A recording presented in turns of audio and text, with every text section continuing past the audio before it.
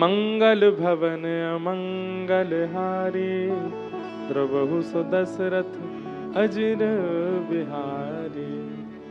महादेव के चित्त के ठाकुर जी प्रकट हुए हैं, बालक राम प्रकट हुए हैं, जिनकी आराधना महादेव नित्य करते हैं। लाला राम प्रकट हुए हैं, राम लला प्रकट हुए हैं। ऐसा भाव सब जगह चल रहा है। सुत मागध बंदी जन गंधर्व सभी आए हैं, सबको दशरथ जी महाराज कृतार्थ तृप्त कर रहे हैं। कौशल्या मैया के एक लाला हुए हैं, कैकेयी मैया के एक लाला हुए हैं, और श्री सुमित्रा जी के 2 सेवक हुए हैं। राम जी के सेवक लक्ष्मण और भरत जी के सेवक श्री शत्रुघ्न जी महाराज। इन 4 रूपों में ठाकुर जी का प्रादुर्भाव हुआ है। वाह, खूब दान कर रहे हैं नंद बाबा हमारे। अब देखो नंद बाबा आ जाती है मुख से, क्यों? क्योंकि हमने इतनी कथाएं कही हैं भागवत की कि जब लाला के जन्मोत्सव पर दान की बात आती तो नंद बाबा मुख से निकलता। परंतु एक चीज देखी आपने, राम जी के जन्मोत्सव में और वहां ठाकुर जी के जन्मोत्सव में बहुत समता है। ऐसा एक जैसा क्यों लग रहा है? ठाकुर जी यदि हमारे यहां भी प्रकटेंगे ना, तो हम भी दशरथ और श्री नंद बाबा जैसे ही हो जाएंगे। मैं कथाओं में एक बात कहा करता हूं कि श्री ठाकुर जी जीवन में आएंगे तो सबसे पहला परिवर्तन आपके जीवन में क्या होगा? आप संग्रह करना बंद कर दोगे। जब तक आपकी स्थिति संग्रह की है, इकट्ठा करने की हो रही है, मैं कितना अपने पास में एकजुट कर लूं, ऐसी स्थिति मनस्थिति विचारधारा आपकी बनी है, तो समझो अभी ठाकुर जी आए नहीं है। ठाकुर जी आएंगे तो कैसे है जाओगे? सब दे दोगे। महादेव को देखो, कुछ नहीं रखते अपने पास, सब दे देते हैं। जल चढ़ाओ वो भी दे दिया, बेलपत्र चढ़ाओ, वो कितनी महंगी माला चढ़ा दो, महादेव उसको भी दे देते, कुछ नहीं रखते। अच्छा, दूसरी बात, सागर में, क्षीर सागर में नारायण विराजते हैं। सागर को कुछ भी दो नहीं रखेगा, सब लौटा देगा, वापस कर देता है। इसका मतलब क्या है? ये कहीं ना कहीं इस बात का संकेत है कि ठाकुर जी आपके जीवन में आए। ये आपको कैसे पता चले? आपके हाथ दान करने लग जाएं। अब दान शब्द आते ही ना, लोग थोड़ा सा दूसरे रूप में सोचने लग जाते हैं, वो मेरा मतलब नहीं है। सीधी बात, संग्रह का मन ना हो, केवल लुटाने का मन हो, समझो ठाकुर जी आ गए। आप कहोगे महाराज जी हमारे रिश्तेदार का बेटा बहुत लुटाता है, 31 तारीख को दिखेगा ही नहीं, नए साल पे महाराज खूब लुटाएगा, खूब बड़ी बड़ी बोतल पी के आएगा, खूब सब पे लुटाएगा। ऐसे लुटाने वाले की बात नहीं हो रही है। कहीं ना कहीं यहां पर इच्छा पूर्ति है ना, इच्छा पूर्ति वाला लुटाना नहीं, स्वयं की इच्छा पूर्ति नहीं, स्वयं के देह को सुख देने वाला, सुख जहां मिले वहां लुटाना नहीं, असहायों के बीच लुटाना, भगवत भाव में लुटाना। ऐसी मनस्थिति प्रकट हो जाए, समझो ठाकुर जी आ गए।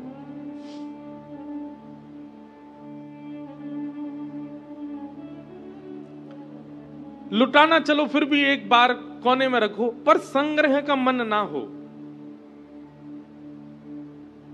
ऐसी स्थिति जिस दिन से बनने लग जाए, समझ जाओ ठाकुर जी आ गए। वहां ब्रज में नंद बाबा खूब लुटा रहे हैं, और यहां कौशलपुर के राजा श्री दशरथ जी महाराज भी कम नहीं पड़ रहे हैं, खूब आनंदित करा रहे हैं। जो भी आ रहा है सबको प्रसन्न करने की भावना श्री दशरथ जी महाराज के मन में बड़ी है।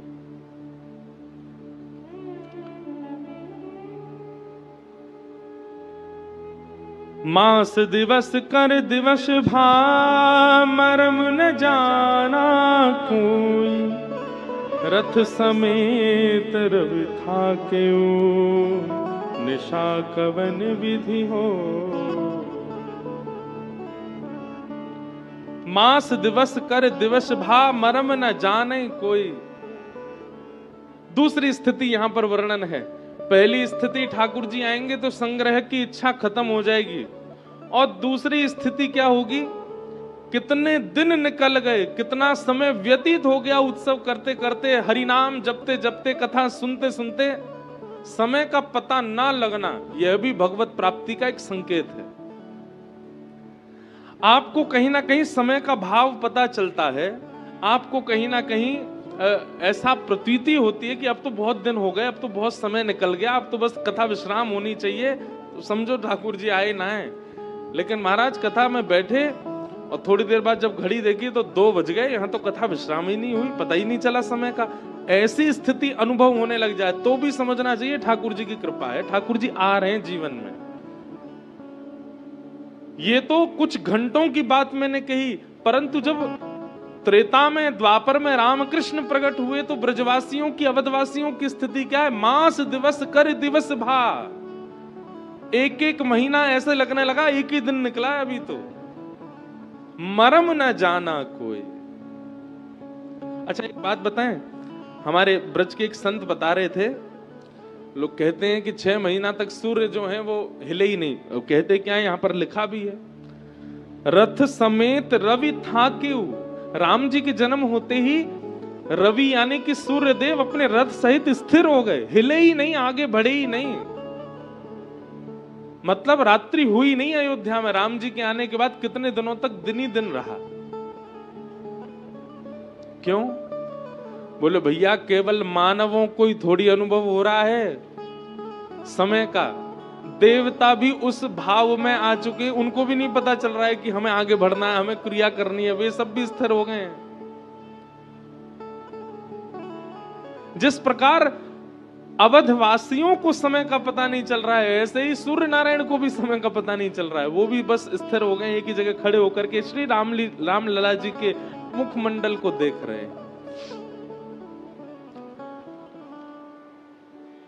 चंद्रमा आदि देवता पीछे खड़े हैं, सूर्य नारायण से कह रहे हैं, बोले नेक आगे बढ़ ले भैया, हमें दर्शन करन दे। क्योंकि जब तक सूर्य आगे बढ़े नहीं, चंद्रमा को दर्शन कैसे हो।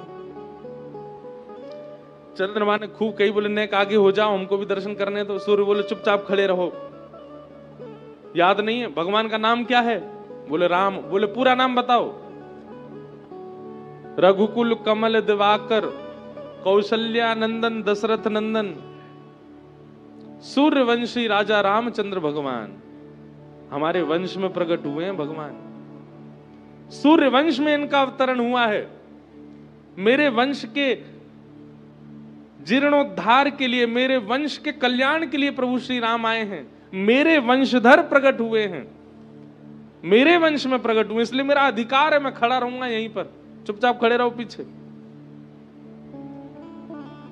कहते हैं पीछे खड़े खड़े चंद्रमा रोने लगे, बोले हमने क्या अपराध कर दिया, हमें दर्शन क्यों नहीं हो रहा है ठाकुर जी का।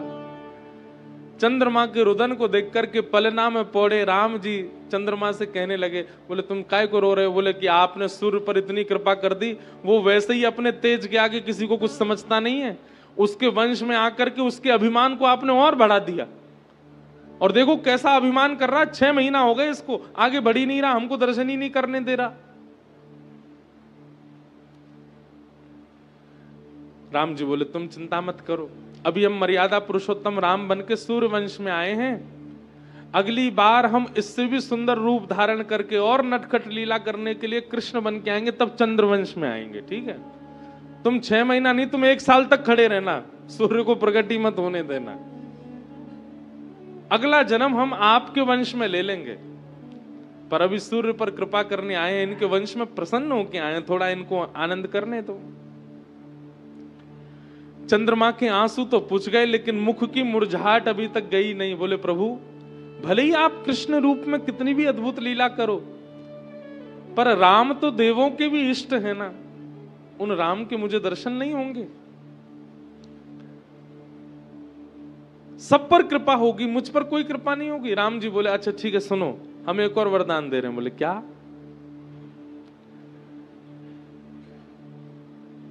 भले ही हम सूर्यवंश में प्रकट हुए, भले ही 6 महीना तक सूर्य हमारे दर्शन करेंगे, भले ही हम सूर्यवंशी राजा कहलाएंगे, लेकिन दुनिया जब भी हमको प्रणाम करेगी तो यही कहेगी रामचंद्र भगवान की जय। आपके नाम के सहित ही हमको प्रणाम होगा। अब प्रसन्न हो, बिना आपके नाम के हमको कोई वंदन नहीं करेगा। तब चंद्रमा प्रसन्न हुए, बोले हाँ भगवान अब ठीक है। कम से कम जब तक पृथ्वी पर राम का नाम रहेगा चंद्र संग ही रहेंगे।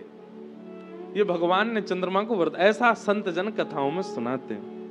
तो मास दिवस कर दिवस भा मरम न जाना कोई, रथ समेत रवि था के निशा कवन विधि हो।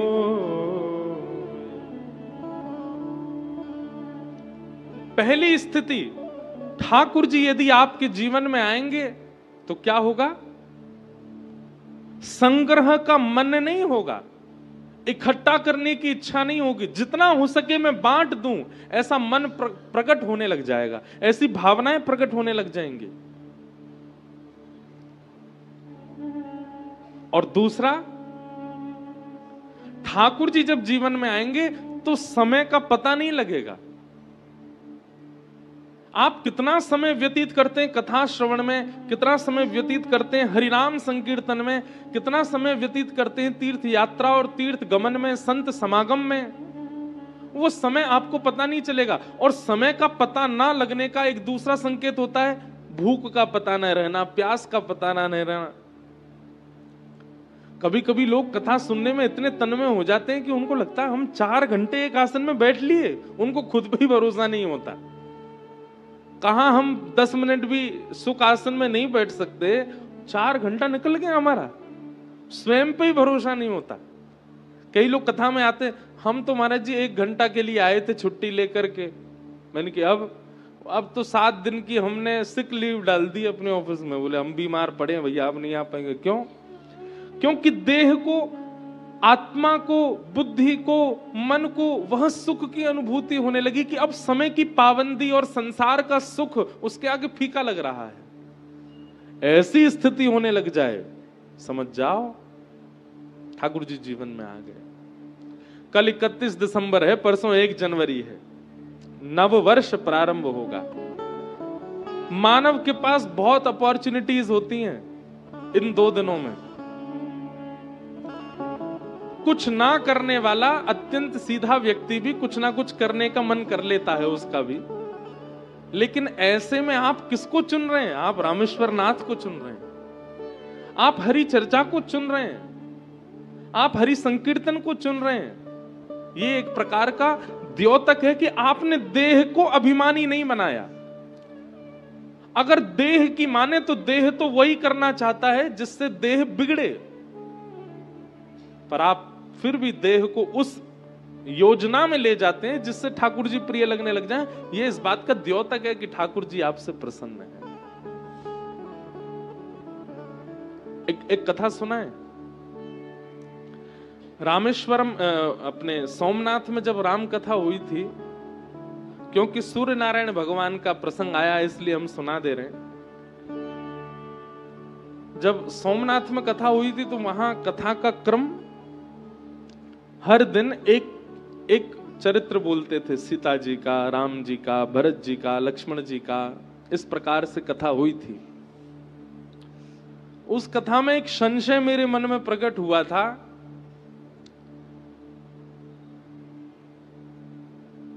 कि हनुमान जी इतने दिनों तक सुग्रीव के पास क्यों रहे। सुग्रीव में ऐसी क्या विशेषता है जिसके कारण हनुमान जी उसके संग रह रहे हैं? उसके पीछे कारण क्या था? कहीं ना कहीं देखो, सुग्रीव जी भगवान के मित्र हैं और ऐसा प्रसंग आता है, संत जन सुनाते हैं कि प्रभु श्री राम ने जब अवध वापस आने के बाद अश्वमेध यज्ञ किया तो अश्वमेध यज्ञ में सबको निमंत्रण भेजा, लेकिन सुग्रीव को और विभीषण को निमंत्रण देने भगवान श्री राम स्वयं गए। मतलब दोबारा आए भगवान। कथा ऐसी है कि भरत जी से भगवान ने जब लिस्ट मांगी कि भाई किस किस को निमंत्रण दे रहे हो, तो सबका बताया। बोले इनके यहाँ लक्ष्मण को भेजो, यहाँ भरत जी को भेज दो, यहाँ शत्रुघ्न जी चले जाएंगे, यहाँ आदि आदि चले जाएंगे। लेकिन दो नामों पर भगवान ने किसी को संकेत नहीं किया, विभीषण और सुग्रीव।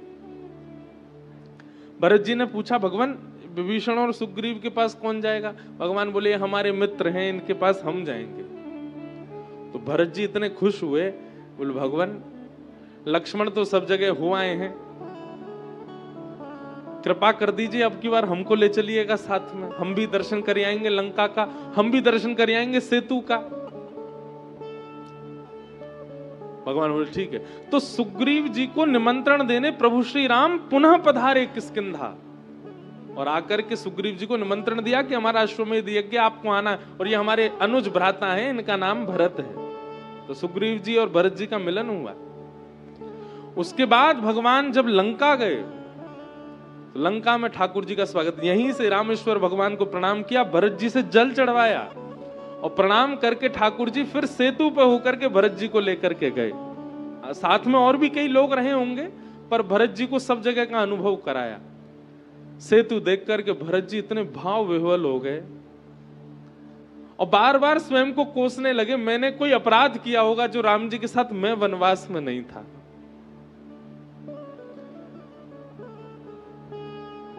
सेतु पर दर्शन करते हुए, रुदन करते हुए, बार बार सेतु को अपने हृदय से लगा रहे हैं। कहीं भी लेट जाते हैं भरत जी। लंका पहुंचे, लंका में जाकर सीता जी जहां विराजती थी वहां दर्शन किया, आदि आदि सब हुआ। विभीषण जी ने सिंहासन पर बिठाया राम जी को, विभीषण जी को निमंत्रण दिया राम जी ने, कहा कि आपको अयोध्या आना है, हमारा अश्वमेध यज्ञ है। स्वीकृति हुई। विभीषण जी ने प्रभु श्री राम के चरणों में प्रणाम किया, और प्रणाम करते हुए कहा, भगवान आपसे कुछ मांगना चाहते हैं। बोले क्या?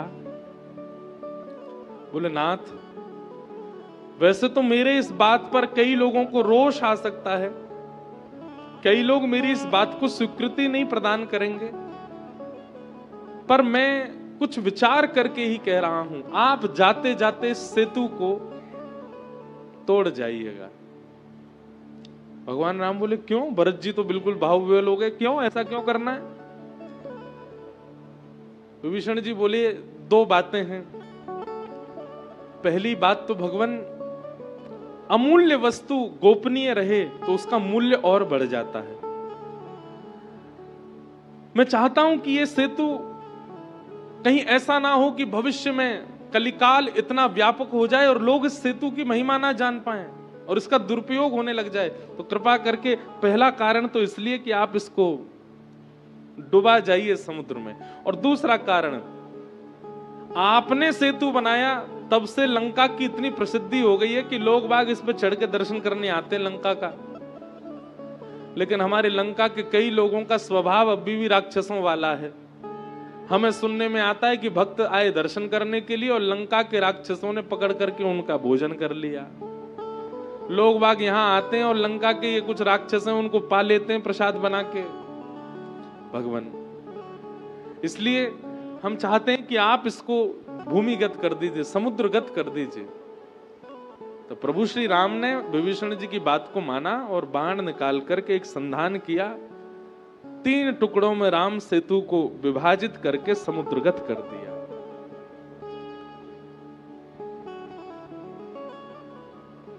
तो हम किस प्रसंग में ये बात सुना रहे थे कि श्री सुग्रीव जी को प्रभु श्री राम खुद निमंत्रित करने आए अश्वमेध यज्ञ के लिए। सुग्रीव सामान्य नहीं है, पर सुग्रीव जी के कई भावों पर, सुग्रीव जी की कई विचारधाराओं पर भक्तों का मन नहीं लगता। वैसे ही हमारा भी नहीं लग रहा था। हमने कि भाई ये सुग्रीव जी के साथ हनुमान जी इतने दिन क्यों रहे, इसके पीछे कारण क्या है? तो प्रसंग ऐसा है, बहुत ध्यान से सुनिएगा। हमने सोमनाथ में सुनाया था कि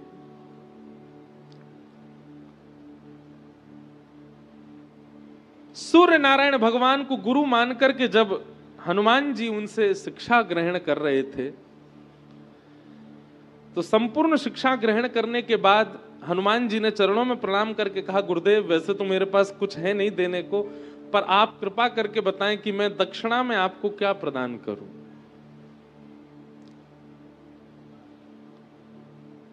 तब भगवान सूर्य ने हनुमान जी को आज्ञा की है कि प्रभु श्री राम त्रेता में हमारे वंश में प्रकट होंगे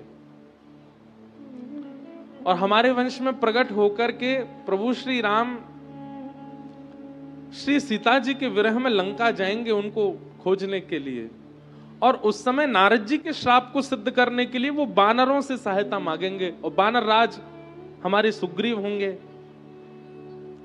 हमारी आपसे प्रार्थना है कि प्रभु श्री राम मेरे वंश में आ रहे हैं, इसलिए मुझे संतुष्ट करने के लिए कि मेरे वंश में राम जी को किसी भी प्रकार का कोई कष्ट ना हो, मेरा एक अंश राम जी की सेवा में हो, तो मैं ऐसा मानूंगा कि मैं ही राम जी की सेवा में हूं।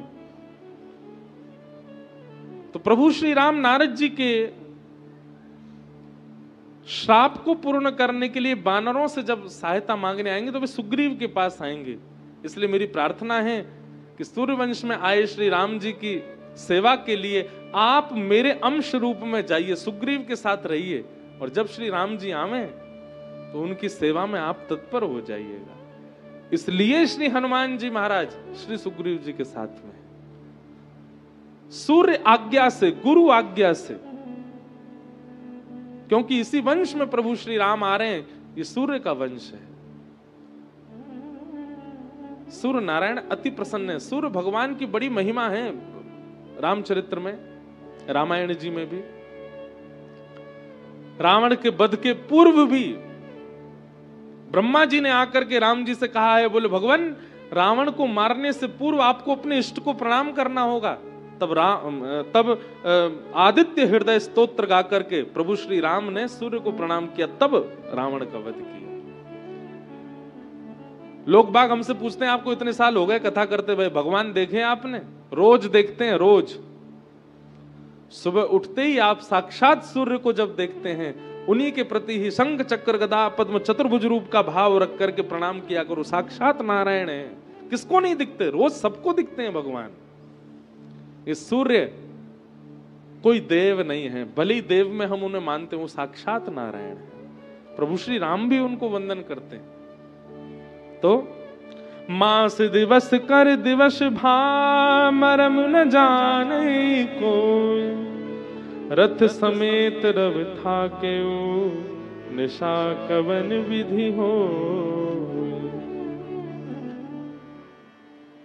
यह रहस्य काहू नहीं जाना, दिन मन चले करत गुण गाना। देखी महोत्सव सुर मुनि नागा, चले भवन वर्णन नत निज भागा। ये भेद कोई नहीं जान पाया कि श्री सूर्य नारायण भगवान इतने दिनों से खड़े कैसे हैं। इस प्रकार यह शुभ चरित जान पे सोए, कृपा राम के जा पर हो। कुछ दिन बीत गए और कुछ दिन बीत जाने के बाद में प्रभु के नामकरण का अवसर आया, प्रभु का नामकरण किया गया। एक बात हमारी सुनेंगे, कृष्ण लीला में भी, राम अवतार में भी नामकरण के प्रसंग को बड़े आनंद से सुनाया गया। इसका मतलब नामकरण संपूर्ण जीवन को व्यवस्थित करने का एक बहुत श्रेष्ठ यज्ञ है। और ऐसा शास्त्रों ने नियम बताया कि गुरुजनों के द्वारा, विप्रदेवों के द्वारा, श्रेष्ठ विद्वानों के द्वारा ही नामकरण होना चाहिए। पर आजकल नामकरण कर रहे हैं, एक नए गुरुजी आए हैं दुनिया में, उनका नाम है गूगल गुरुजी। वही नामकरण कर रहे हैं बच्चों का। ब्राह्मण देवता बता देते हैं आपके बालक के ये अक्षर हैं, इन पे नाम रख लीजिए। पहले ऐसा होता था कि संतजन नाम बताते थे, पुरोहित नाम बताते थे, गुरुजन नाम बताते थे, फिर धीरे धीरे हुआ बुआ नाम बताने लगी, चाची नाम बताने लगी। आजकल सबके दिमाग फ्यूज हो गए, अब केवल गूगल जी बताते हैं। बुरा नहीं मानिएगा, हम सन्मुख आप हमको बताते तब हम कुछ नहीं कह सकते, पर कभी कभी लोग मिलते हैं, उनके बच्चों का नाम पूछो, आपका नाम क्या है? ऐसा नाम सुनाई देता है वो कहीं पढ़ा ही नहीं। आजकल तो ये भी पता नहीं चलता है कि ये इंडियन नाम है, मतलब हिंदुओं का नाम है कि मुस्लिम नाम है। ऐसे ऐसे तो नाम होते हैं बच्चों के। अब मैं एक आध नाम मेरे को आ तो रहे याद, लेकिन बोल दूंगा तो फिर जिन जिन के बेचारे बच्चे वो उदास हो जाएंगे, इसलिए हम बोल नहीं रहे। लेकिन उन लोगों को सावधान कर रहे हैं जिनके यहाँ संतान अभी आने वाली हैं। हमारी बात मान लीजिए, कृपा करके बालकों का नाम जो रखते हैं उन्हीं के ही अंश, उन्हीं के ही गुण और उन्हीं की ही कृपा बालक पर आती है। और जब नाम ही गूगल रख रहा है तो फिर वैसे ही बन जाएंगे बालक, वैसे ही उनके बुद्धि स्वभाव स्वरूप होता चला जाएगा। इसलिए नामकरण बहुत ध्यान से रखना चाहिए। नामकरण प्रारंभ हुआ, जो आनंद सिंधु सुख राशि, जो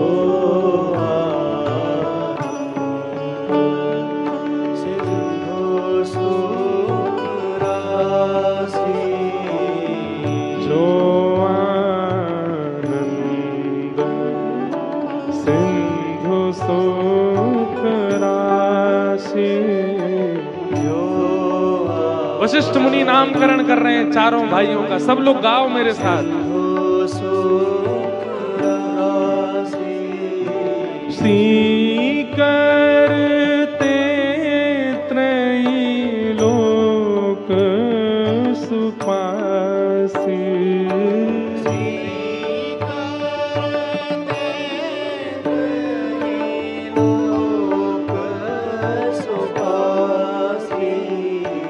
जो सुख धाम राम ऐस नामा,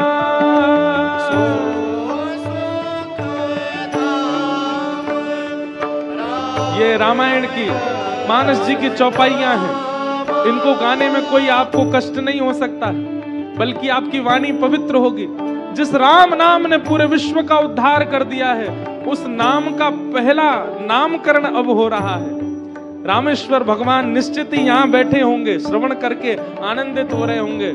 चूकिए मत, गाइए सब लोग। जो सुख धाम राम ऐस नामा,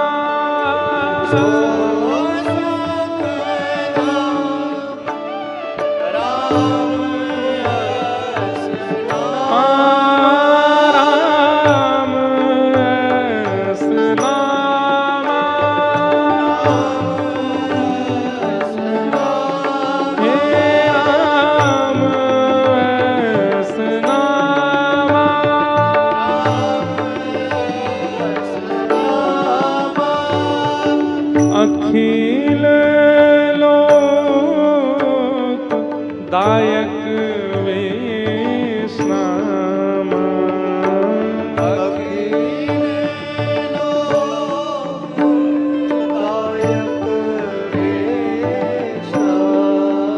गुरु वशिष्ठ कह रहे हैं, हे राजा दशरथ, कौशल्या मैया, आपकी गोद में जो नीलमणि विराजमान है, आपको पता है ठाकुर जी का सबसे पहला नाम क्या रखा गया? जैसे ही राम जी प्रकट हुए तो पूरी अयोध्या नगरी राम जी को जब तक नामकरण नहीं हुआ तब तक क्या कह के बुलाती है? दशरथ के नीलमणि, कौशल्या के नीलमणि, नीली नीली सी मणि है, ऐसे नीलमणि है। आपका ये बालक नीलमणि की भांति है, नीले समुद्र की भांति है। अत्यंत रहस्य छुपे हैं, अत्यंत ज्ञान का भंडार ये आपका जो पुत्र है, जिसके संपर्क में आते ही मानवों को, देवताओं को, जो भी इनके संपर्क में आएगा सबको सुख ही प्राप्त होने वाला है। ऐसे आपके बालक का मैं नाम राम रखता हूं। बोलो राजा रामचंद्र भगवान। राम शब्द का अर्थ क्या है? जो योगियों के हृदय में रमण करता है। रमन्ते योगिनोस्मिनिति रामः। जो योगियों के, साधुओं के, साधकों के, भक्तों के, वैष्णवों के हृदय में रमण करे, वही राम है। जो आनंद सिंधु सुख राशि, जो आनंद सिंधु सुख राशि, सी करते त्रैलोक सुपासे। सी करते त्रैलोक सुपासे। जो सुख धाम राम वैस नामा। सुख धाम राम यस नामा। अखिल लोक दायक वेशनामा। अखिल लोक दायक वेशनामा। पहले बालक का नामकरण हुआ, अब दूसरे कैकेयी मैया की गोद में बैठे हैं। उनकी ओर वशिष्ठ जी देख रहे हैं और उनका नामकरण कर रहे हैं।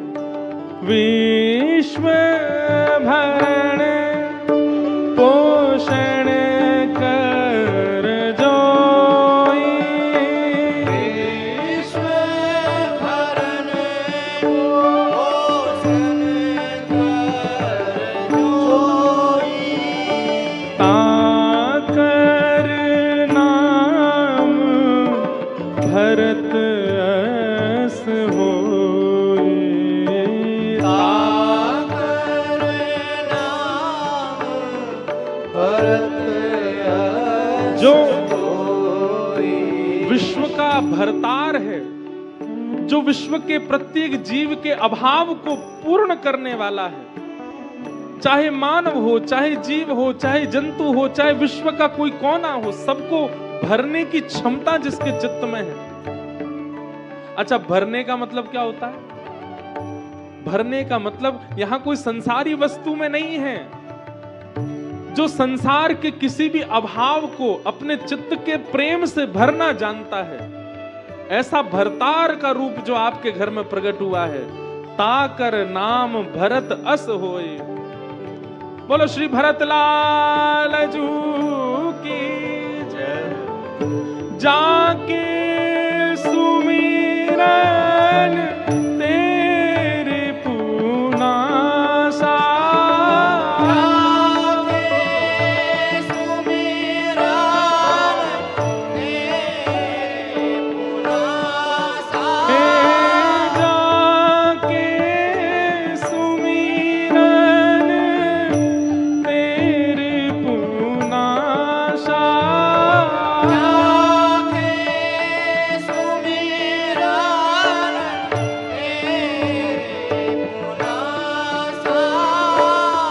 नाम शत्रुघ्न वेद प्रकाशा।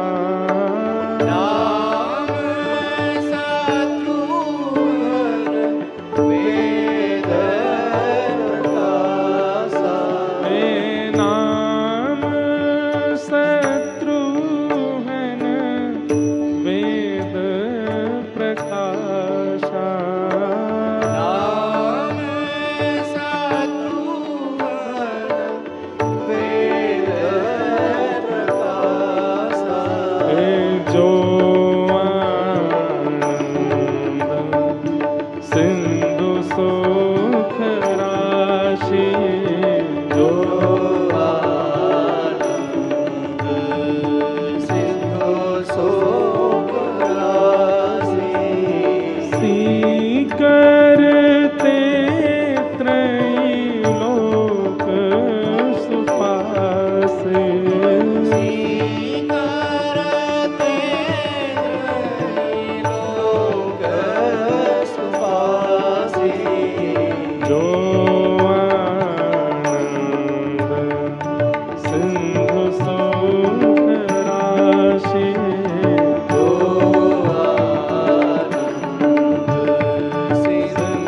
सुख राशि जो आनंद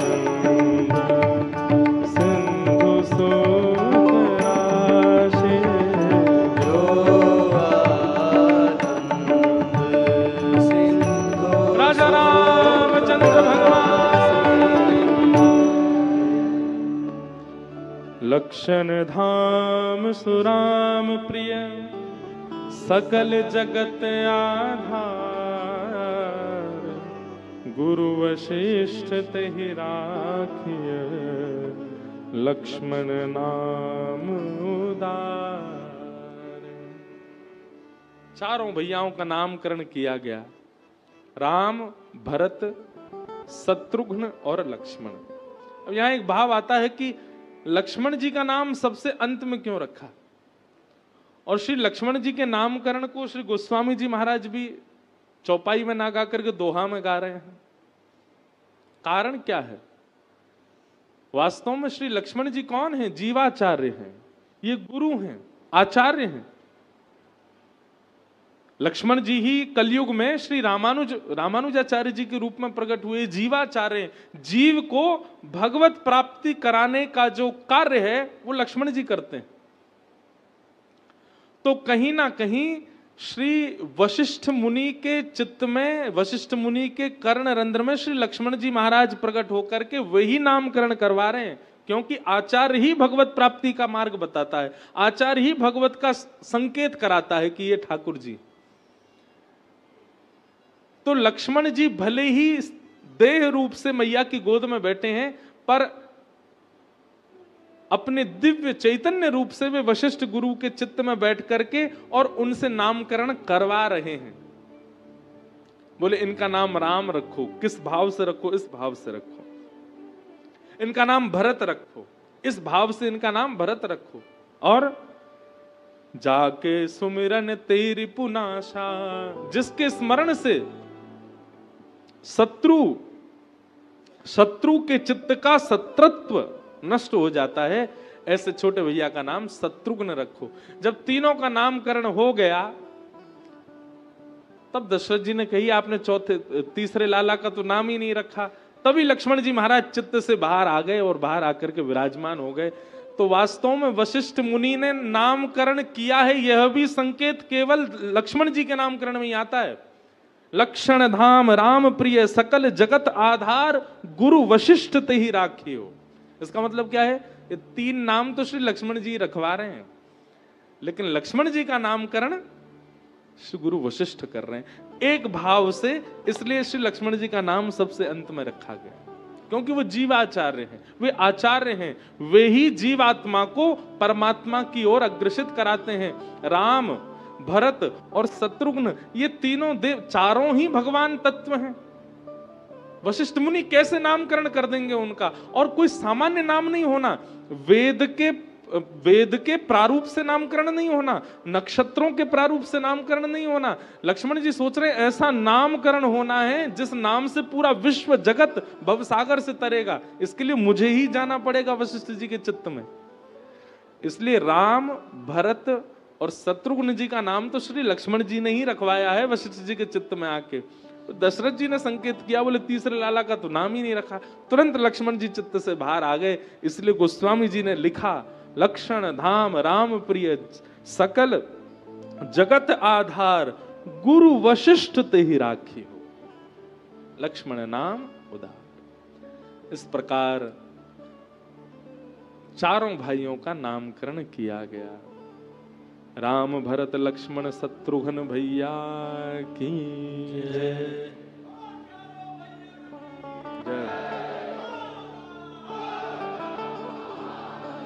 वाह!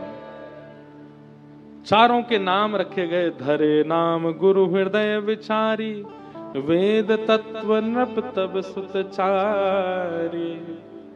वेद के तत्व ही तुम्हारे चारों पुत्र हैं। गुरु ने ध्यान पूर्वक नामकरण किया। धीरे धीरे भैया नेक नेक, थोड़े थोड़े नेक बड़े भये हैं। लक्ष्मण जी तो पूरे दिन श्री राम जी की सेवा में ही रहते हैं, राम जी के संग ही रहते हैं। और श्री शत्रुघ्न जी भरत जी की सेवा में रहते हैं। ऐसे परस्पर भाव चारों भाइयों का एक दूसरे के प्रति होने लगा। श्याम गौर सुंदर दो जोरी, निरख छवि जननी तृण तोरी। चारुशील रूप गुण धामा, तदपि अधिक सुख सागर रामा। कविता बलि कहाँ है अनुज जी?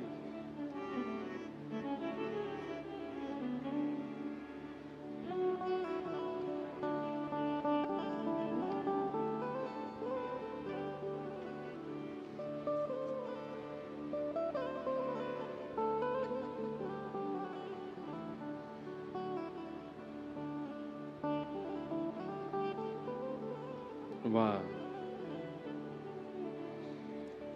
कल बाल लीला कवितावली में श्री गोस्वामी जी की पढ़ रहे थे।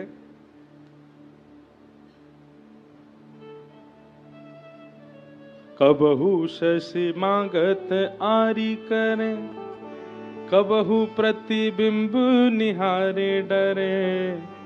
कबहू कर तार बजाए के नाचत, मातु सब मन मुद भरे।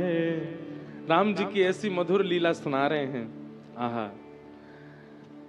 अच्छा, कुछ कुछ लीलाएं तो मिलती जुलती हैं ठाकुर जी की और राम जी की, जैसे कबहू शशि मांगत आरी कर, जैसे हमारे ब्रज के लाला चंद्रमा मांगते हैं। सूरदास जी वर्णन कर रहे हैं, चंद्र खिलौना ले हूं सुमैया मोरी, चंद्र खिलौना ले हूं सुमैया मोरी। जय हो लोट अवहि धरेण पे, जय हो लोट अवहि धरनी पे। तेरी गोद न आए हूँ सुमैया मोरी, तेरी गोद न आए हो सुमैया मोरी। हमारे बाल कृष्ण प्रभु मैया से कह रहे, मैया जे कहा है ऊपर? मैया बोली, लाला जे चंद्र खिलौना है। अब तो ठाकुर जी ऊपर ही देख रहे हैं और ऊपर देख करके मैया तो कह रहे, मैया चंद्र खिलौना चाहिए मुंह को। मैया बोली, लाला अब जे कहां ते लेके आऊं तेरे काज, कहां ते तोड़ के लाऊं तेरे काज? ठाकुर जी बोले, मोए ना पता मैया, कैसे लेके आ, मुंह को चंद्रमा चाहिए। मैया बोली, लाला देख देख ऐसे हट ना करो करें, चल कल दे दूंगी तो ना, मुंह को तो अब ही चाहिए, आज ही चाहिए, अब ही लेके आ मैया। सूरदास जी कह रहे हैं, ठाकुर जी गोद से उतर गए। कई बार बालक इतना हट करते हैं कि मैया की गोद में टिकती नहीं, वैसे ठाकुर जी उतर गए और उतर करके मैया को धमकी दे रहे हैं। क्या धमकी दे रहे हैं? जई हो लोट अवई धरने पे, मैया मैं अवई धरती में लेट जाऊंगो, तेरी गोद में नहीं आऊंगो, सबरी मट्टी अपने ऊपर लगा लूंगो। मैया बोली, लेट जा जा, वैसी कारोसो और जमीन में लेट जाएगो, धूर लग जाएगी और बुरा लगेगा। मोह कहा है गोपी सबरी तो कुकारो के, और कलते सबरी मट्टी को मत होना और कहेंगी। मोह कहा है लौट जा।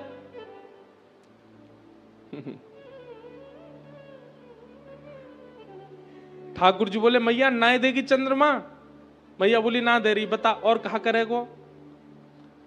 ठाकुर जी अब सोच रहे हैं, अब मैं कहा कहूं जैसे मैया मेरी बात मान जाए। मैया मेरी बात सुन ले। बोले, कहा सुरभि को पे पान न करी हो, सुरभि को पे पान न कर हो। बेनी सिर न गुथे हो मैया मोरी, बेनी सिर न गुथे हो सो मैया।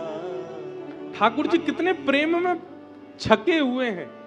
आजकल के लोग धमकी क्या देते हैं? मुझसे ब्याह करो नहीं तो हम फांसी पे लटक जाएंगे, हमारा ये काम करा दो, नहीं तो हम तुमको ये कर दें, तुमको मेरी सौगंध है ये काम तो तुमको करना ही पड़े। पर ठाकुर जी की तो जिद देखो, कैसी प्यारी प्यारी जिद है। मैया से कह रहे हैं, मैया यदि तेने मुझको चंद्रमा नहीं दियो तो मैं गैया को दूध नहीं पीऊंगो, सुर भी को पे पान ना करी हूं। मैया बोली दूध नहीं पीवे को, क्षमा करना, हम ब्रज ले गए कथा को, क्योंकि अब ब्रज ही जाना है आज। अब ब्रज तो नहीं जाना है, पर हाँ कथा करके द्वारिका जाना है। ठाकुर जी क्या कह रहे हैं, सुर भी को पे पान ना करियो। अच्छा, हमारे राम जी तो बड़े भोरे हैं बेचारे। मैया से एक बार कही होगी, मैया मुझको चंद्रमा चाहिए, कौशल्या मैया ने मना कर दी होगी, नहीं देंगे, तो राम जी भी मान गए होंगे। राम जी भी कह रहे होंगे कोई बात नहीं मैया, अभी मर्यादा पुरुषोत्तम बन के आए हैं, द्वापर में फिर चंद्रमा मांगेंगे, नहीं देगी फिर बताऊंगा मैं। और आज वही कर रहे हैं। ठाकुर जी कह रहे हैं मैं गैया को दूध ना पीऊंगो। मैया बोली मत पीवे, मोकू तो वैसी तेरी इतनी चिंता लाला, तू जन्मते ही कारो, तेरो ब्याह कैसे होएगो, मैं जैसे तैसे तो को दूध पिवाऊं ताकि तेरो शरीर ने हुष्ट पुष्ट है जाए, ने गदमदरास तू है जाए, तो कोई छोरी तो को पसंद कर ले, तेरो ब्याह करा दूंगी। मत पीवे, दूध भी मत पीवे, तारो तेरो ब्याह होगो ना, दूध नहीं पीवेगो तो पतर पूछ रास हो जाएगो, वैसे तेरो ब्याह ना होएगो। और दूसरों का कहते ने बैनी सिर ना गुथे हो। यशोदा मैया रोज कंगी करती है ठाकुर जी के बालों में, गुंगराले केश हैं ठाकुर जी के। यशोदा मैया रोज कंगी करे, और कंगी करके ऐसे बालन के गुच्छा बना करके यहां पे बैनी गूथ दे मैया ऊपर। ठाकुर जी कह रहे हैं मैया अगर तेने चंद्रमा नहीं दियो तो मैं तो से अपनी बैनी नहीं गुथवाऊंगो। बैनी मतलब चोटी। मैया बोली मत गुठवावे, जुआ पड़ जाएंगी तेरे बालन में, और तो को खींच के ले जाएंगी जमुना जी में फेंक देंगी सबरी, रो तो डोलियो फिर। ठाकुर जी बोले ऐसो कहा करूं जैसे जे मान जाए। तब क्या कह रहे हैं ठाकुर जी, मैया तू मेरी बात सुन, अगर तेने चंद्रमा मुंह को लाके नहीं दियो मैं पूरे गोकुल में हल्ला मचाए दूंगो। मैया बोली कहा हल्ला मचाएगो, हो तो सुत में नंद बाबा को, हो तो सुत में नंद बाबा को, तेरो सुत ना कहे हो सुमैया मोरी, तेरो सुत ना कहे हो सुमैया। मैया पूरे गोकुल में हल्ला मचा दूंगा कि भैया सुन लो सांची बात। बोले कहा मैं तो नंद बाबा को लाला हूं, यशोदा मैया मेरी मैया ना, बा को बेटा ना हूं मैं, पूरे गोकुल में हल्ला कर दूंगा मैं। और कल को यदि मुझसे कोई ने कही यशोदा के लाला सुन, तो मैं सुनूंगा ही ना है। और मोते आके पूछा को अरे लाला तू कब ते बुला रहे हैं, तू सुन का ही गुना रहो, तो बात कहूंगा पहले बोल नंद जी को लाला, तब सुनूंगा तेरी बात। यशोदा को लाला ना हूं मैं, मत दे तू चंद्रमा, मैं ऐसा कर दूंगा। जैसे ही ठाकुर जी ने कही कि मैया मैं तेरो लाला नहीं हूं, तो मां के हृदय में थोड़ी घबराहट सी है गई। तुरंत ठाकुर जी को हाथ पकड़ो, आगे आओ बात सुन मेरी, आगे आओ बात सुन। अरे मेरो लाला, अरे कन्हैया तू कहा कह रहा हो, यहाँ पे आ मेरी बात सुन। ठाकुर जी बोले ना मुंह को पकड़े मत मैया, अब मैं तेरो लाला नहीं हूं, तू मुंह को चंद्रमा नहीं दे रही। बोले अरे तोते एक बात करनी है लाला। ठाकुर जी बोले मैं कछु ना सुननो। सोई मैया ने ब्रह्मास्त्र छोड़ो। बोले कहा ऐसी बात है लाला जो दाऊ को नहीं पता चलनी चाहिए, बलराम को नहीं पता चलनी चाहिए, ऐसी बात बतानी है। सोई ठाकुर जी के कान खड़े है, बोले ऐसी कौन सी बात है जो दाऊ से छुपानी है। तुरंत ठाकुर जी मैया की गोद में आ गए। हाँ मैया बता, जल्दी बता। हंसी समझाए कहत यशोदा, हंस समझाए कहत यशोदा। अपनी गोद में लाला को बैठा लियो और बैठा करके हृदय से लगा के मैया बैठ गई। ठाकुर जी बोले मैया तू प्रेम मत करे, मुझको जल्दी बता कौन सी बात है जो दाऊ से छुपानी है। बालकों का ऐसा स्वभाव होता है ना, उनको रूठ जाए तो उनसे कहो रुक रुक सुन सुन, उसको मत बताना एक बात है, तो वो तुरंत आते हैं, उनको इतना विश्वास हो जाता है ऐसी कोई बात है जो मुझे गोपनीय रखनी है। तो ठाकुर जी बोले मैया ऐसी कौन सी बात है जो दाऊद छुपानी, भाई बता। बोले अरे लाला तू तो चंद्रमा के काजे रोए रहे है, तू तो चंद्रमा के काजे इतना ऊधम मचाए रहे है। हंस समझाए कहत यशोदा, तो नई दुल्हनिया ले हूं सुलाला मेरे, तो को नई दुल्हन लेके आऊंगी मैं। ठाकुर जी ने जैसे दुल्हन को नाम सुनो नेत्र बंद है गए, रोंगटे खड़े है गए ठाकुर जी के। छोटे से गोपाल जी, ठाकुर जी ने मंद मंद मुस्का के यशोदा मैया की ओर देखो, और मैया के सिर पे हाथ धर के नेक्स्ट से ठाकुर जी छोटा सा हाथ मैया के सिर पर रख के कह रहे हैं, तेरी सौ मेरी सुन मैया, तेरी सौ मेरी सुन मैया, तेरी सौगंध खा के कह रहा हूं अब मुझे को चंद्रमा नहीं चाहिए, लेकिन मेरी एक बात सुन ले मैया। तू बोले कहा, अबई ब्याह है जई हूं, अभी ब्यावे जाऊंगा मैं, मेरा अबई ब्याह करा मैया, अब कल तक की प्रतीक्षा ना है, तू अभी लेके चल मेरा ब्याह करा दे। सूरदास जी महाराज लिखते लिखते रुदन करने लगे, प्रेमाश्रु छलक पड़े सूरदास जी के।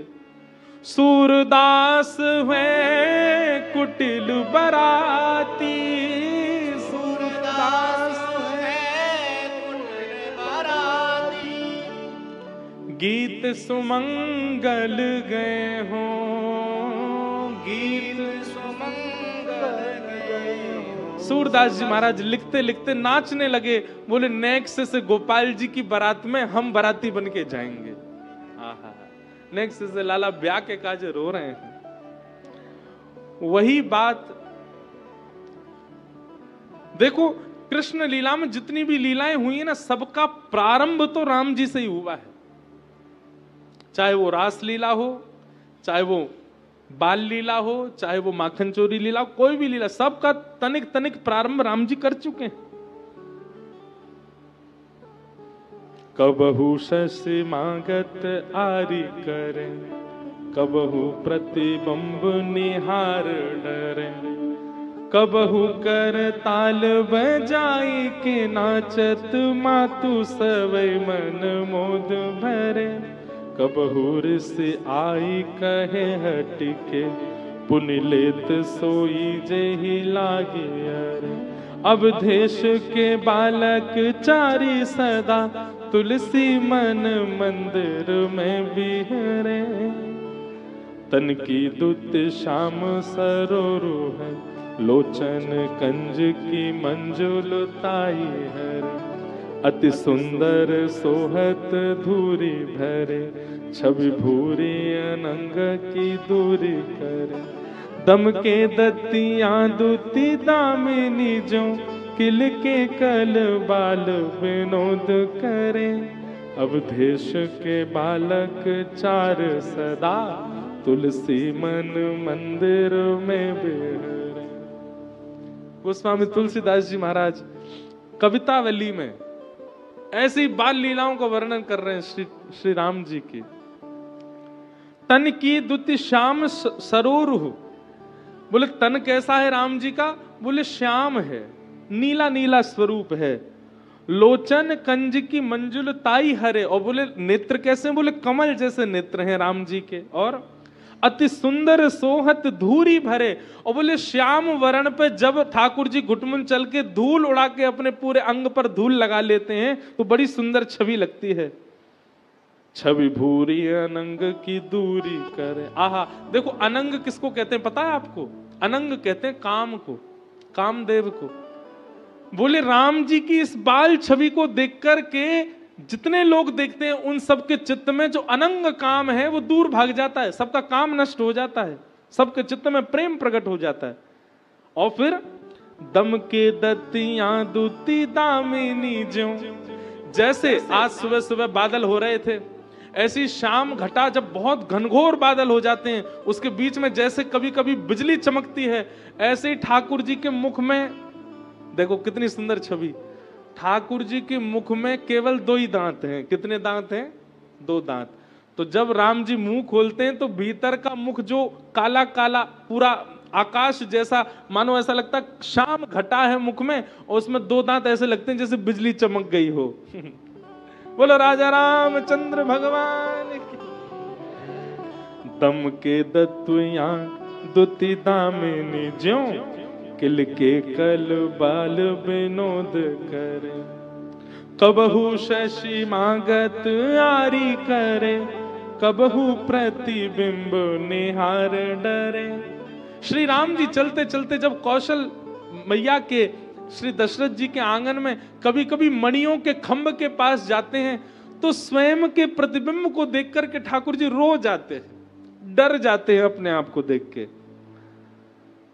कबहू कर ताल बजाई के नाचत, मात सब मन मोद भरे, कबहू ऋषि आए कहे ठहटके, पुन लेत सोई जही लागी अरे। कभी ऋषि आकर के मैया कुछ देती हैं तो उसको फेंक देते हैं, और कभी आनंद में मैया जो देती हैं उसको हृदय से लगा लेते हैं। अवधेश के बालक 4 सदा, तुलसी मन मंदिर में बिहरे, अवधेश के बालक 4 सदा, तुलसी मन मंदिर में बिहरे। बहुत सुंदर भाव। आहा। सुंदर श्रवण सुचारु कपोला, अति प्रिय मधुर तोत रे बोला। ऐसे ठाकुर जी के 2 मोटे मोटे कपोल गुलाब जामुन से प्रकट है गए, और उसमें भी तोतली तोतली वाणी बोल करके श्री राम जी आनंद करते हैं। एहि विधि राम जगत पित माता, कौशलपुर बसही सुखदाता। विश्व के पालनहार राम जी कौशलपुर में रहते हैं। आहा।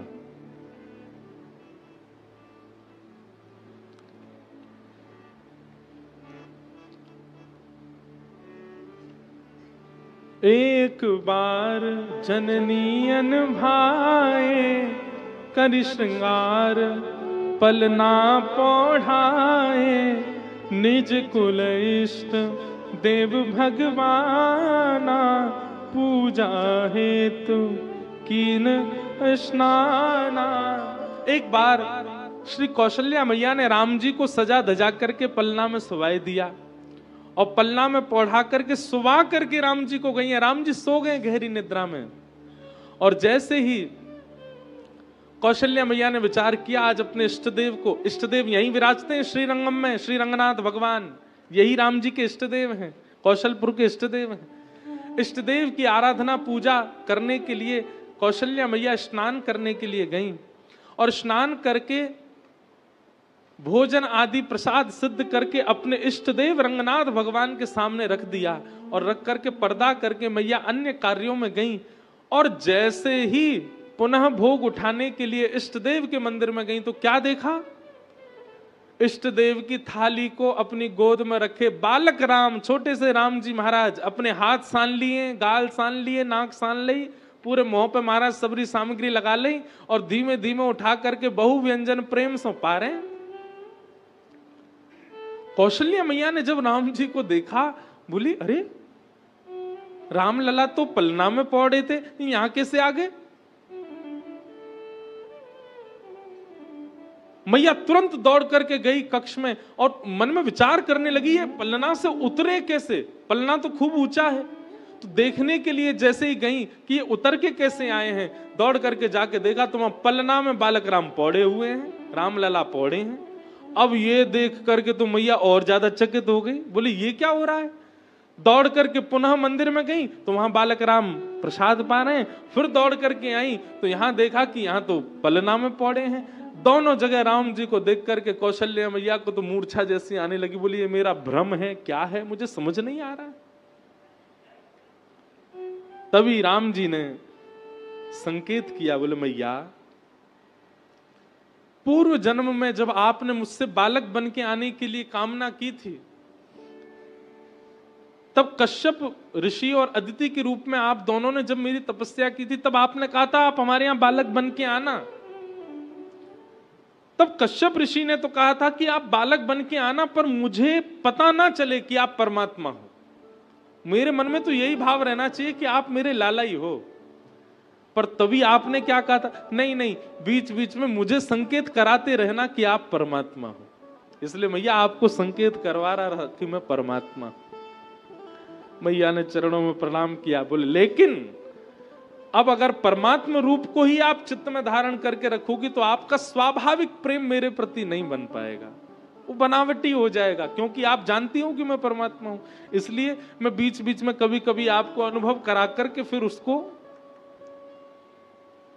विस्मृत करा दूंगा। और इस प्रकार श्री राम लला मैया को अनुभव करा करके और फिर विस्मृति करा देते हैं।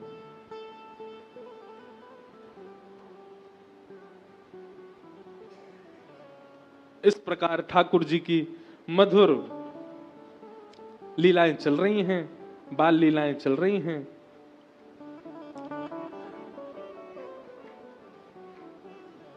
राम जी महाराज धीरे धीरे अब बड़े होने लगे हैं।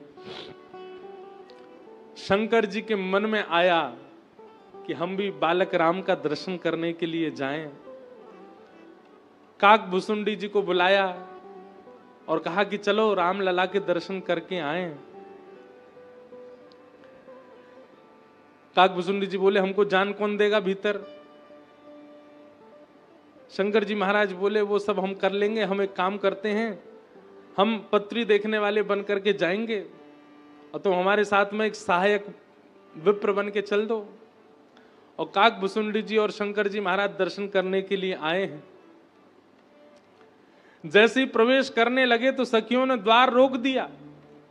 बोले हमारे बालक राम बड़े कोमल हैं, ऐसे किसी जोगी भोगी को भीतर नहीं जाने देंगे। आपका रूप देख करके, इतना विकराल रूप देख करके राम जी कहीं डर ना जाए। काक भुसुंडी जी कहने लगे अरे आप जानती नहीं है, ये बहुत बड़े ऊंचे महात्मा हैं, ये बहुत बड़े ऊंचे ज्योतिषाचार्य हैं। आपके जो बालक राम भरत शत्रुघ्न आदि हुए उन सबकी जन्म पत्री देख लेंगे, बढ़िया इनसे दिखवाएंगे तो ये भविष्य कथन करेंगे उनके बारे में। सब सखियों के मन में आया, बोले राम जी हमारे उनके बारे में पता चले, उनका जीवन सब मंगल होगा कि नहीं, उसके लिए ज्योतिषी तो बढ़िया बात है, आना चाहिए। तभी एक सखी बोली एक काम है तो फिर आप चलो भीतर चल के पत्री देखो, पर दो की आवश्यकता नहीं, एक बाहर ही रहो, एक ही चले भीतर बस। सोई शंकर जी भीतर जाने लगे। काक भुसुंडी जी को तुम रुको, यहीं पे हम होके आते हैं। काक भुसुंडी जी ने हाथ पकड़ा, बोले अच्छा लेके हमको संगाए, अब अकेले जा रहे हो भीतर, सबरी पोल पट्टी खोल देंगे आपकी, सब बता देंगे, कोई जोगी भोगी नहीं हो, कोई ज्योतिषी नहीं हो, सब बता देंगे कौन हो आप। जाएंगे तो दोनों जाएंगे, नहीं तो अकेले नहीं जाओगे। इस प्रकार से भेदभाव नहीं, लेके आए हो तो संग दर्शन कराओ। महादेव बोले ये बड़ी बात है भैया, यहाँ प्रवेश एक कोई मिलना है, जो मानेंगे नहीं, हमको अकेले छोड़ेंगे नहीं। सखियों से कहा देखिए हमसे जन्म पत्री देखनी आती है, परंतु हाथ देखना ये बढ़िया जानते हैं, यही हाथ देखेंगे। और जन्म पत्री में भी क्या है कि कई बार ग्रह नक्षत्र हमारी नेत्र कमजोर हो गए, यही देख करके हमको बताते हैं, तभी हम बता पाएंगे, इसलिए हम दोनों को जान दो। तब काक भुसुंडी जी और श्री महादेव दर्शन करने के लिए गए। राम लला का दर्शन करके, मंगल रूप दर्शन करके आनंदित हो गए।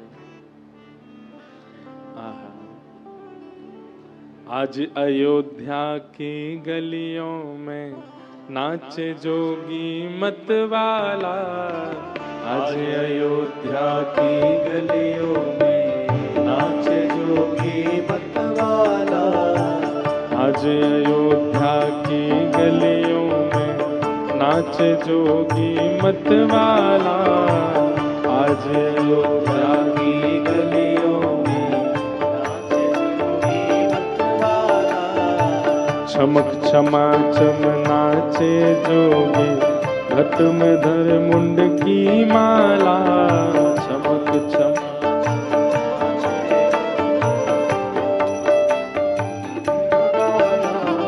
आज अयोध्या की गलियों में नाचे जोगी मतवाला।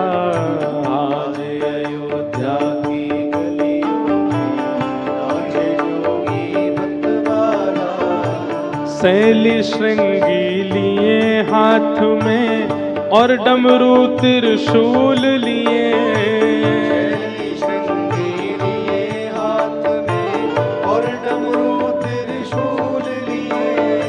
क्षम क्षमा चम नाचे जोगी, दर्श की मन में चाह लिए। क्षमा चम नाचे योगी, दर्श की मन में चाह लिए। पग के घुंघरू छम छम बाजे, कर में जपते हैं माला। पग के घुंघरू छम छम बाजे, आज अयोध्या की गलियों में नाचे जोगी मतवाला। आज अयोध्या की गलियों में नाचे जोगी मतवाला। बोलो रामेश्वर भगवान की।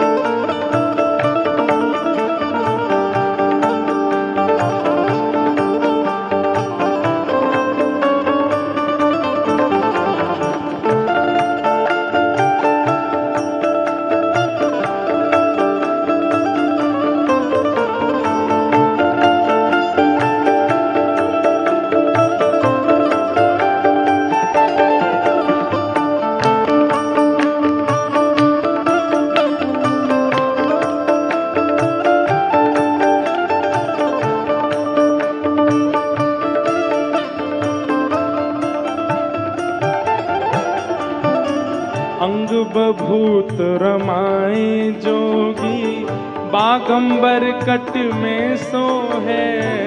अंग बभूत रमाए जोगी, बागंबर कट में सोहे। अंग बभूत रमाए जोगी, बागंबर कट में सोहे। अंग बभूत रमाए जोगी, बागंबर कट में सोहे। जटा जूट में गंग विराजे, भगतन के मन को मोहे। जटा जूट में गंग विराजे, भगतन के मन मोहे। मस्तक पर श्री चंद्र विराजे, मस्तक पर श्री चंद्र विराजे। गल में सरपन की माला, मस्तक पर श्री चंद्र विराजे। गले में सरपन की माला। आज अयोध्या की गलियों में नाच जोगी मतवाला। आज अयोध्या की गलियों में नाचे जोगी मतवाला। अखल रंजन खड़ा पुकारे, देखूंगा दशरथ लाला। अलग निरंजन खड़ा पुकारे, दशरथ का लाला। राजद्वार पे खड़ा पुकारे, बोलत है मधुरी वाणी। राजद्वार पर खड़ा पुकारे, बोलत है मधुरी वाणी। अपने लाल को दिखा दे मैया, जोगी ने मन में ठानी। अपने लाल को दिखा दे मैया, जोगी ने मन में ठानी। अपने लाल को दिखा दे मैया, जोगी ने मन में ठानी। अपने लाल को दिखा दे मैया, जोगी ने मन में ठानी। आंख हटाओ पर ना मानूं, देखूंगा दशरथ लाला। आंख हटाओ पर ना मानूं, देखूंगा दशरथ लाला। आज अयोध्या की गलियों में नाच जोगी मतवाला। आज अयोध्या की गलियों में नाचे जोगी काशी विश्वनाथ भगवान की। नमः पार्वती पतये हर हर महादेव।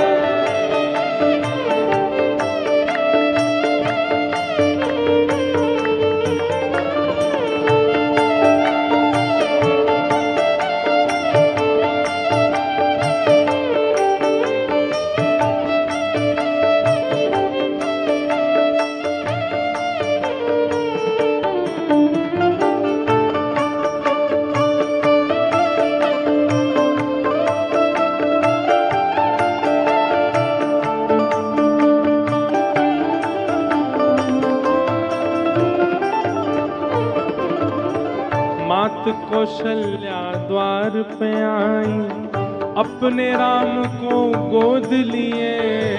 मात कौशल्या द्वार पे आई, अपने राम को गोद लिए। जैसे ही राम जी की प्रथम छवि का दर्शन किया है महादेव ने, हे अति विभोर हो शिव योगी ने राम रूप के दर्श किए। अति विभोर है शिव योगी ने राम रूप के दर्श किए। अति विभोर हो शिव योगी ने राम रूप के दर्श किए। अति विभोर है शिव योगी ने राम रूप और के दर्श किए। राम जी का जैसे ही दर्शन हुआ, श्रृंगीनाद बजाया, अपने डमरू की डमडमाहट से पूरी अयोध्या को आनंदित कर दिया। तीनों लोग, तीनों भुवनों में आनंद छा गया। क्यों? महादेव प्रसन्न हो गए हैं राम जी का दर्शन करके। चले हैं सुमिरत नाम नाम को, चले हैं सुमिरत राम नाम को, चले हैं सुमिरत नाम नाम को। चले हैं सुमिरत राम नाम को। जहाँ कैलाशी काशी वाला, चले हैं सुमिरत राम नाम को। चले हैं सुमिरत राम नाम को, कैलाशी काशी वाला। चले हैं सुमिरत राम नाम को, कैलाशी काशी वाला। आज अयोध्या की गलियों में नाचे जोगी मतवाला।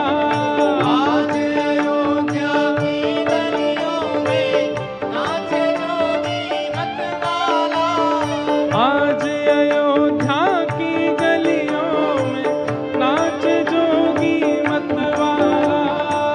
आज अयोध्या की गलियों में नाचे जोगी मतवाला।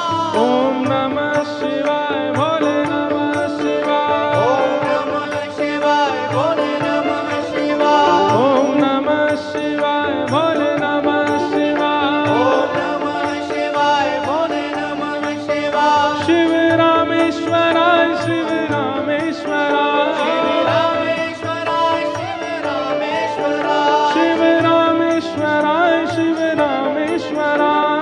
रामेश्वराय शिव रामेश्वराय। शिव रामेश्वराय शिव रामेश्वराय। शिव रामेश्वराय शिव रामेश्वराय। शिव रामेश्वराय शिव रामेश्वराय। शिव रामेश्वराय शिव रामेश्वराय। शिव रामेश्वराय शिव रामेश्वराय।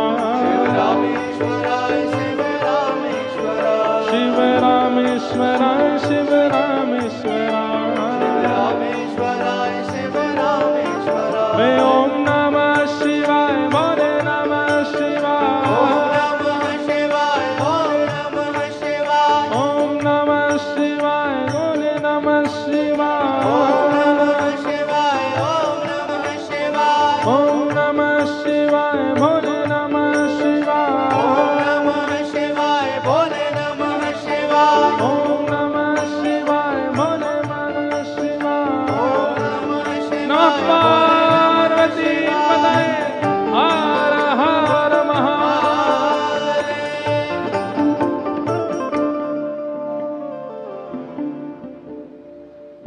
राम के दर्शन महादेव ने किए। प्रभु श्री राम की कई लीलाएं बाल भाव से यहाँ सुनाई गईं। ठाकुर जी ने धीमे धीमे धीमे धीमे बाल अवस्था से कुमार अवस्था में प्रवेश करना प्रारंभ किया। आज जैसे ठाकुर जी ने, क्योंकि राजकुमार बालक हैं, धनुष बाण हाथ में लिए और तस्कर कंधे पे जैसे ही टांगा, इतना सुंदर रूप लग रहा है प्रभु श्री राम, बालक राम का, देख करके सब सखा, सब अयोध्यावासी आनंदित हो गए। इस प्रकार ठाकुर जी की लीला चल रही है। किरवानी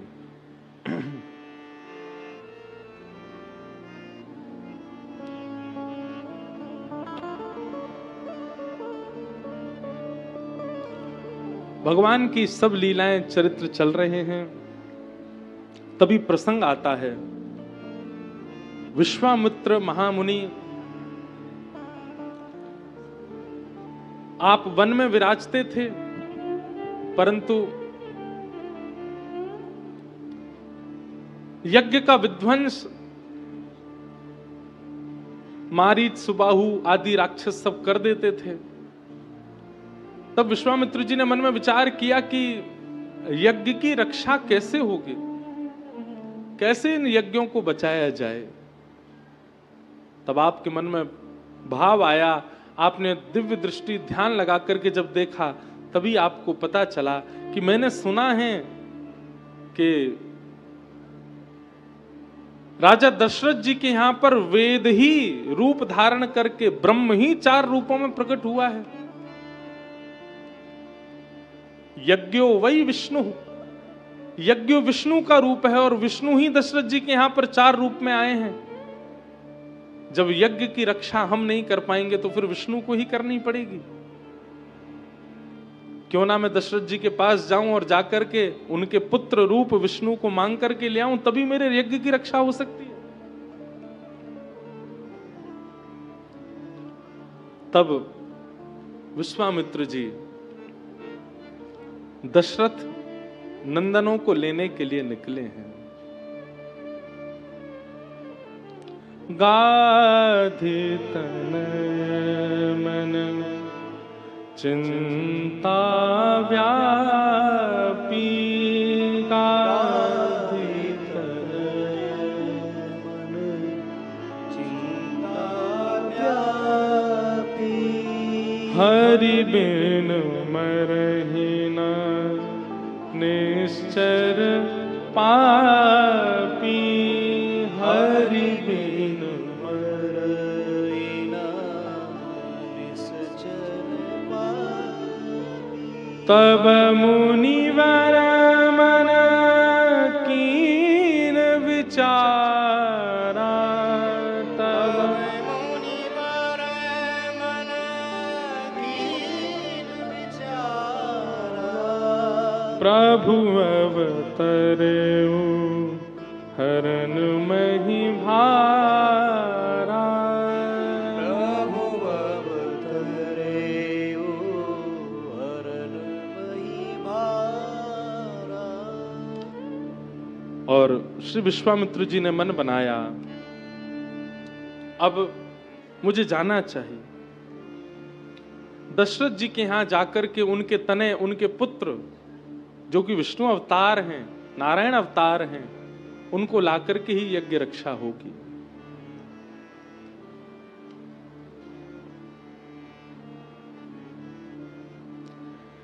मुनि आगमन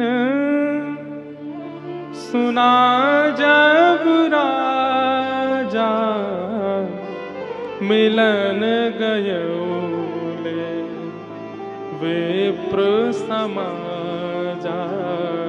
मुनि आगमन सुना जब राजा,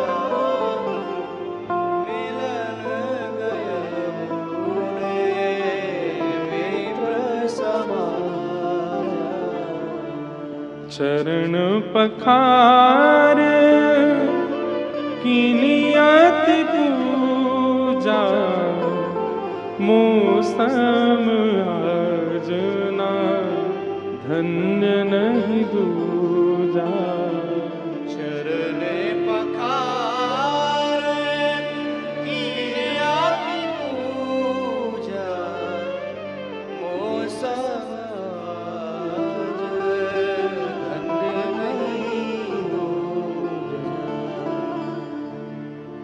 फ्रंट घर आए हैं, ये देख करके श्री दशरथ जी अत्यंत प्रसन्न हो गए।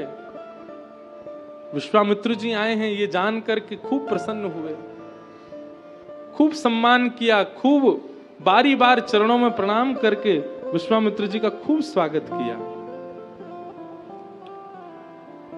अपने चारों सुतों को दृष्टि से ही आज्ञा करते हैं और कहते हैं, अरे गुरु विश्वामित्र आए हैं, चरणों में प्रणाम करो।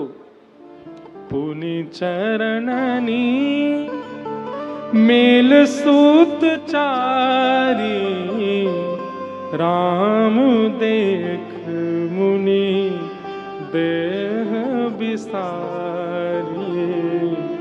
पुनि चरण मेरे सुत चारी, राम देख मुनि देह बिसारी।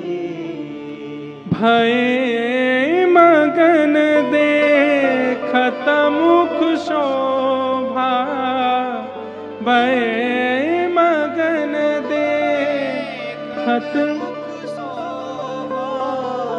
जेनु चकोर पूरन शशि लोभा, जेनु चकोर पूरन शशि लोभा। चारों ने जैसे ही प्रणाम किया, राम जी को देख करके श्री विश्वामित्र जी को अलग ही अनुभूतियां हो रही हैं। देह विसारा, अपने देह की सुध बुध नहीं रही है श्री राम जी को देख करके। और श्री विश्वामित्र जी राम जी को ऐसे निहार रहे हैं जैसे चंद्रमा को चकोर निहारता हो। अपलक नेत्रों से श्री राम जी की कांति को, मुखमंडल को देख करके श्री विश्वामित्र जी आनंदित हो रहे हैं। रूप ही ऐसा है, छवि ही ऐसी है, कांति ही ऐसी है श्री राम जी की। दशरथ जी ने चरणों में प्रणाम किया और प्रणाम करके, वैसे तो घर आए संत से कारण नहीं पूछा जाता, ये बात आप सब लोग थोड़ा ध्यान रखिए। ये एक शिष्टाचार है कि घर पर कभी भी कोई वैष्णव आमे, संत आमे, बुलावे पे आमे बात अलग है, पर बिन बुलाए आ जाएं, कारण नहीं, वो स्वयं बताएं तो अच्छा।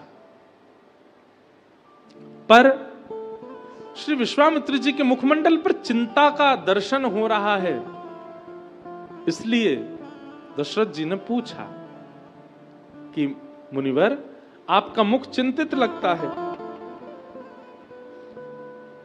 आपके आगमन का कारण जान सकता हूं? आप कैसे आए? हमारे यहां कोई सेवा हो तो आप आज्ञा करें।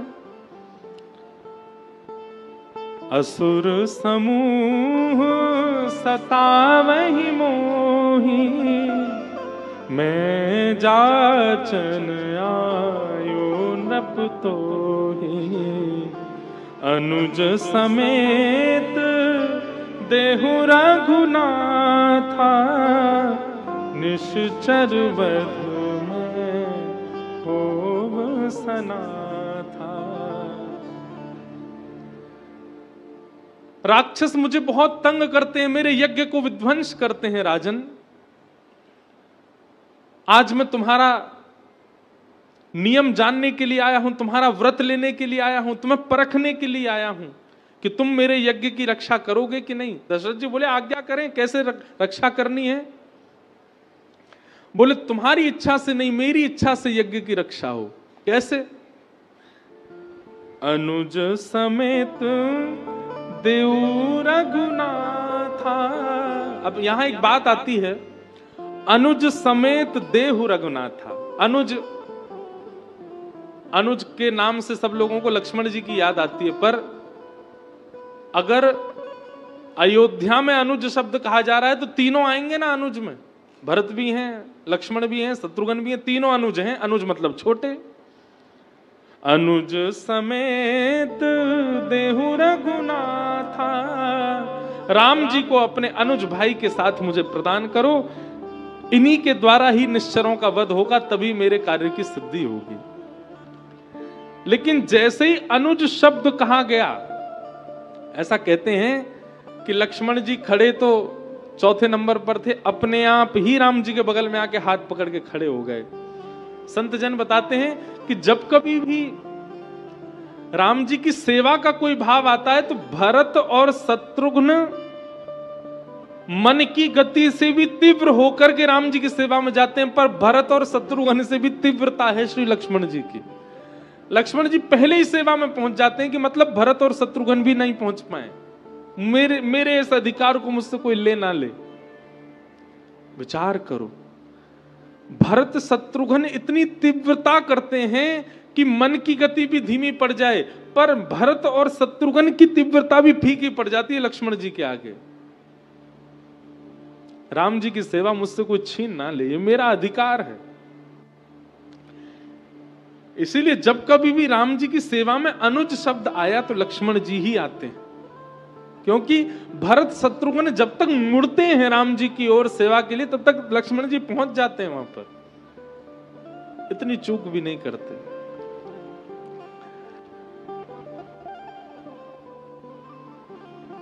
आप अपने पुत्र राम को इनके अनुज भाई के साथ मुझे दे दीजिए, इन्हीं के द्वारा ही निश्चरों का वध होगा।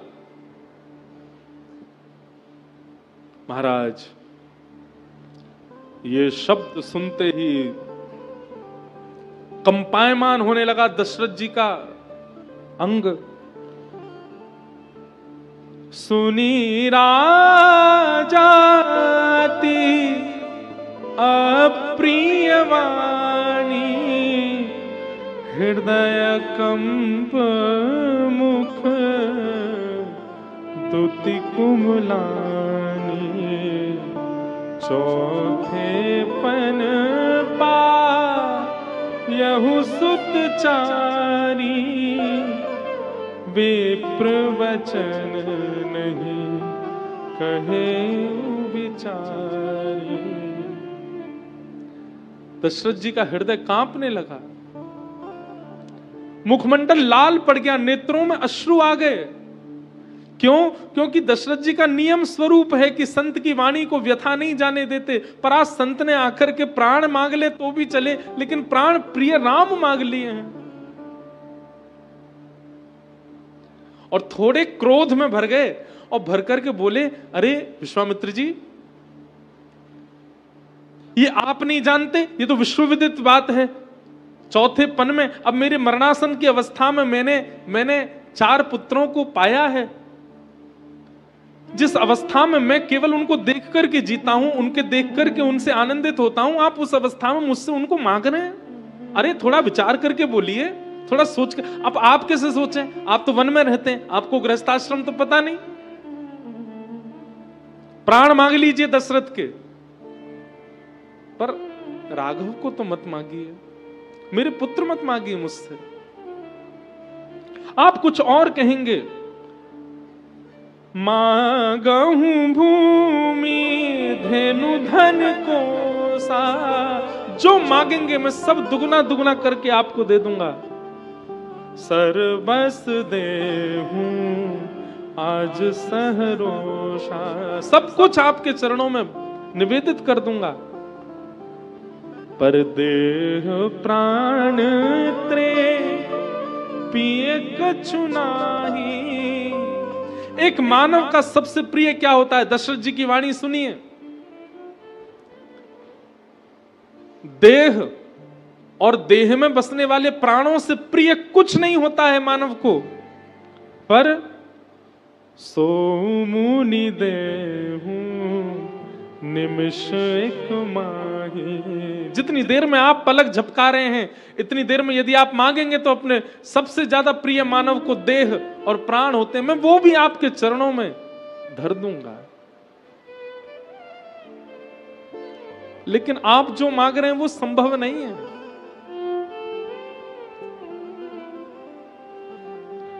सब सुत प्रिय मोहि प्राण की नाई, राम देत नहीं बनई गुसाई।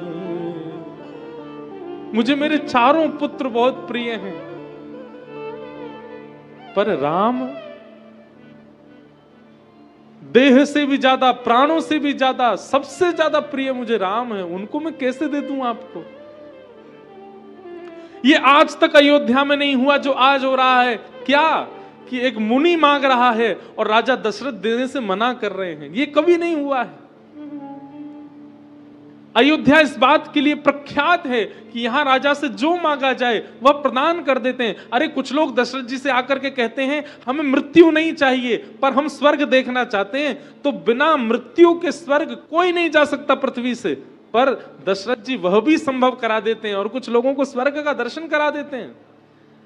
इतनी सामर्थ्य रखते हैं श्री दशरथ जी महाराज, सर्वविदित हैं, सर्वव्यापी है अयोध्या नगरी इस बात के लिए कि यहां कुछ भी मांगा जाए देने से इनकार नहीं होता। पर आज विश्वामित्र मांग रहे हैं और श्री दशरथ जी मना कर रहे हैं।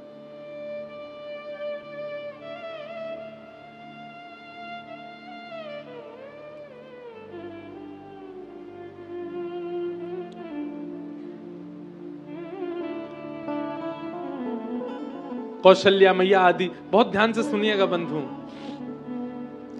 कौशल्या मैया आदियों ने दशरथ जी को समझाना चाहा, पर आज एक छोटे बालक की भांति जैसे जिद्दी हो जाता है कोई बालक, ऐसे हो गए दशरथ जी, किसी की नहीं सुन रहे हैं।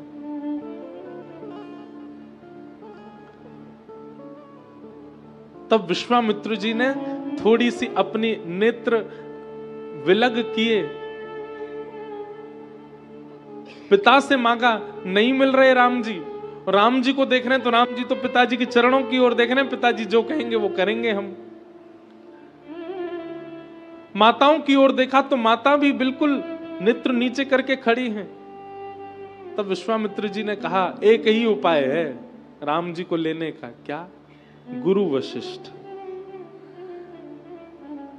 एक बात यहां पर सिद्ध होती है, भले ही राम प्राणों से प्रिय हैं, भले ही राम देह से भी अति प्रिय हैं दशरथ जी को, पर फिर भी गुरु आज्ञा में इतनी सामर्थ्य है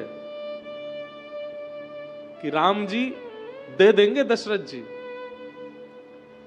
आपको राम बहुत प्रिय हैं, आपको आपके ठाकुर बहुत प्रिय हैं, पर गुरु आज्ञा के आगे दशरथ जी ने राम जी को भी रोका नहीं, फिर दे दिया विश्वामित्र जी को। तब विश्वामित्र जी ने सोचा, बोले एक ही उपाय है, जब पिता नहीं दे पा रहे, मां नहीं दे पा रही, स्वयं राम नहीं मिल पा रहे, तब गुरु आश्रय में जाओ। राम जब किसी भी प्रकार से ना मिल रहे हो तब गुरु के प्रति विश्वास प्रकट करो, राम मिल जाएंगे। विश्वामित्र जी ने तिरछी नजर करके जैसे ही वशिष्ठ जी को देखा, और वशिष्ठ जी की मानो उन्होंने धीमे धीमे मनस्थ भाव से वंदना की, गुरु आप गुरु हैं, आप वशिष्ठ हैं। अच्छा, वैसे कथा ऐसी है कि सर्व जगत विदित है कि विश्वामित्र और वशिष्ठ जी की बनती नहीं है आपस में, सबको कथा पता है। विश्वामित्र जी पूर्व के क्षत्रिय राजा थे। आप एक बार वन में गए तो वशिष्ठ मुनि के यहां उनकी कुटिया देख करके, उनके आंगन में उनकी कुटिया के बाहर जब कामधेनु गौ को आपने देखा, गौ देख करके आप आनंदित हो गए। वशिष्ठ मुनि की कुटिया से निकलने वाला एक सुंदर तेज, एक सुंदर वातावरण देख करके मानो जैसे चित्त से सारे काम मोह सब नष्ट जैसे होने लगे।